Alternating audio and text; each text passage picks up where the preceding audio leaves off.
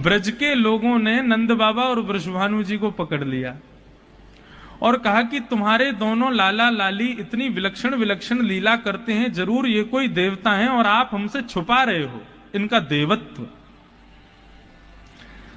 तब नंद बाबा ने बताई कि भैया मेरो जो लाला है कृष्ण, या को जब नामकरण भयो तब गर्गाचार्य जी ने कही कि आपको ये लाला नारायण समो गुण ही, नारायण के समान गुण वाला होगा।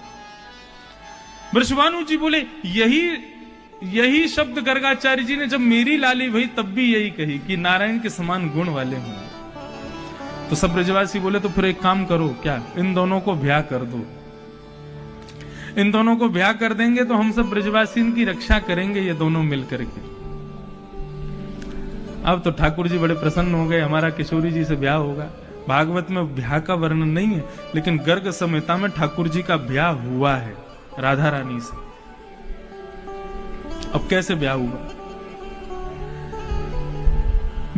हमारे ब्रज में अब भी परंपरा है कि लड़की के पक्ष वाले जो होंगे वो संबंध जब करने जाएंगे तो उससे पहले सामग्री भेजेंगे, कुछ सामान भेजेंगे, और जितना सामान वधु पक्ष के द्वारा आएगा उतना सामान दुगुना करके वर पक्ष के लोग उनके घर भेजते हैं।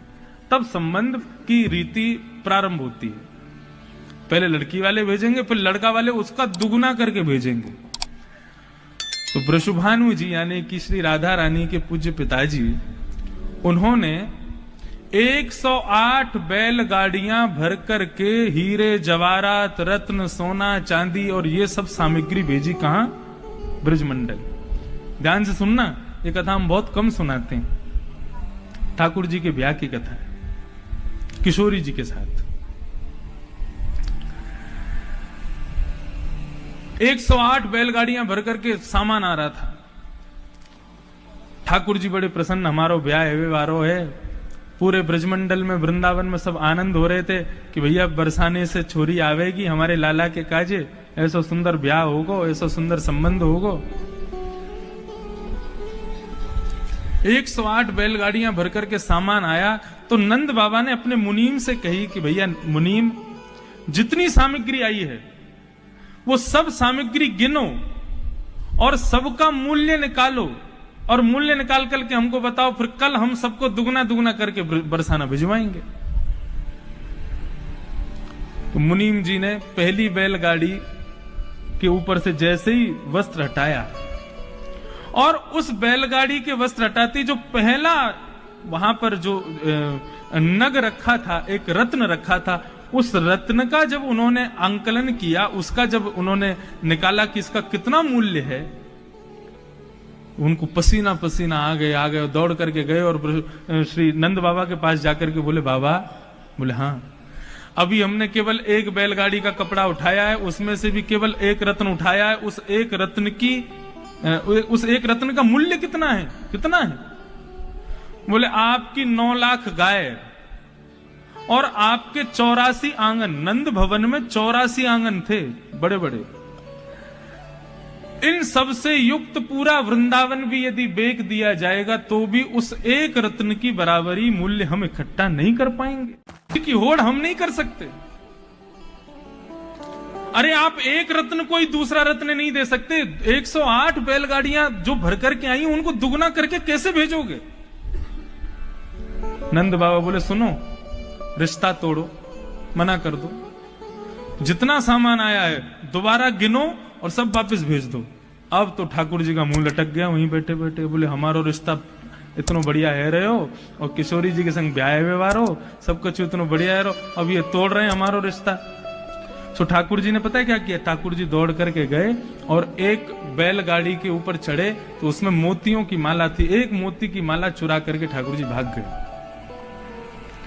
अब सबकी गिनती चल रही थी, हाँ भाई जितना सामान आया सब जितना आया उतना भेज दो। सबकी गिनती हुई तो अंत में मोतियों की माला से भरी हुई जो बैलगाड़ी थी उसमें एक माला कम पड़ गई। मुनीम जी आकर के बोले महाराज आज तो नाक कट गई हमारी। बोले क्या हो गया? बोले दुगुना करके तो हम भेज ही नहीं पाए, संबंध तो हम तोड़ ही रहे हैं, लेकिन जितनी सामग्री आई वो भी पूरी बरसाना पहुंचेगी, इस बात की कोई गारंटी नहीं है। क्यों? क्योंकि मोतियों की माला जिस बैलगाड़ी में, वहां से एक मोती की माला गायब है। अब तो नंद बाबा सिर पर हाथ रख के बैठे हैं, कैसे बचावें अपनी नाक को। संबंध तोड़ना ही सबसे पहले, हमारी नाक कट जाएगी उसी में। क्यों तोड़ रहे हैं संबंध? बोले कि इतने धनवान नहीं है जितने धनवान वृषभानु जी हैं, उनके समान रत्न वापस ही नहीं कर पा रहे हैं।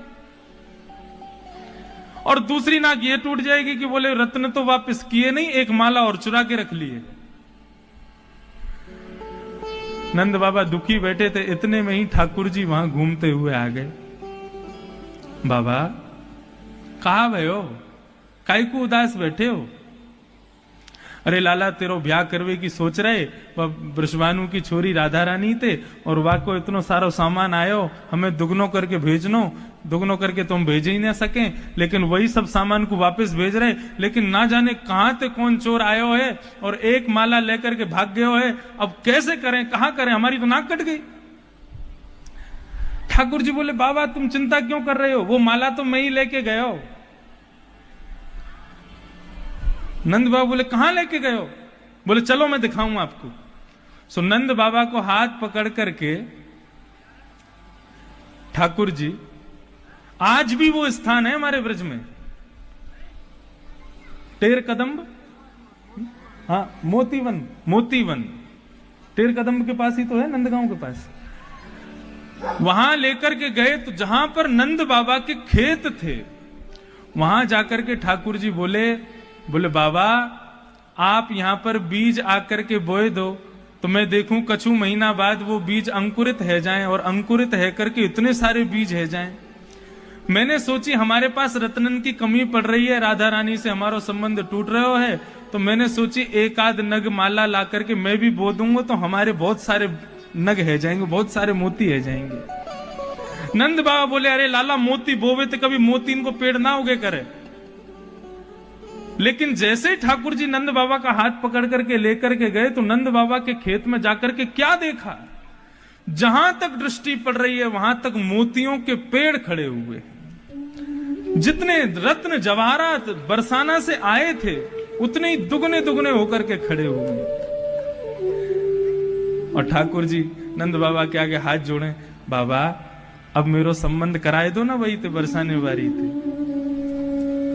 और नंद बाबा ने लाला को अपने हृदय से लगायो, और जितनी सामग्री वृषभानु जी के यहां से आई, उन सब सामग्रियों को दुगना दुगना करके ठाकुर जी ने, नंद बाबा ने बैलगाड़ियों में भर करके बरसाना भेजा। तब जाकर के संबंध पक्का हुआ। और हमारे ब्रजमंडल के भांडीर वन में, वहां पर आज भी एक दिन ऐसा आता है कि कुएं का पानी दूध बन जाता है कुछ क्षण के लिए, दर्शन करते हैं लोग। वहां भांडीर वन में ब्रह्मा जी पुरोहित बन करके आए, और नन्हे से ठाकुर जी, नन्ही सी किशोरी जी, दोनों का वहां पर ब्याह संभव। अगर आपको हमारी लीला पसंद आए तो वीडियो को लाइक करें, शेयर करें और चैनल को सब्सक्राइब करना ना भूलें।